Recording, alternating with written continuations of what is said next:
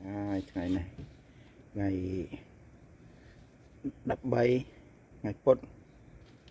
ខែកុម្ភៈខែ2ហើយមើលដក7អង្សាទឹកនេះຕົកពីងាយអញ្ចឹងព្រឹកឡើងកអស់ឡាយទឹកជាទឹកកកហ្នឹងណាអស់កកអស់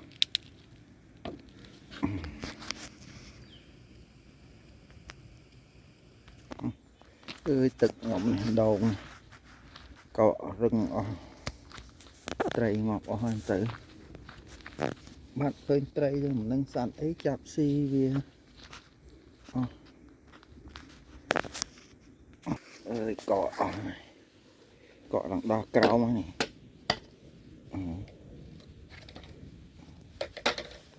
អានេះដើរលេងធ្វើស្គីបាននេះត្រីជាប់ឆ្នាំមុនរឹងផ្អឹងអស់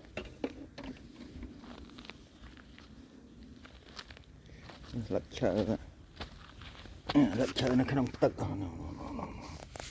ស្លឹកឈើក្នុងទឹកនោះស្លឹកឈើ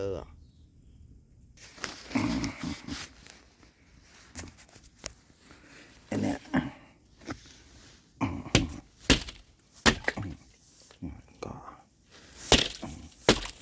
លើកចោអញ្ចឹងកកលើចឹងត្រីនៅបានទឹកកកវាយបែកមិញ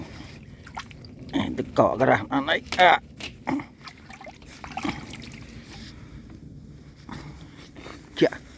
ពឹកដៃ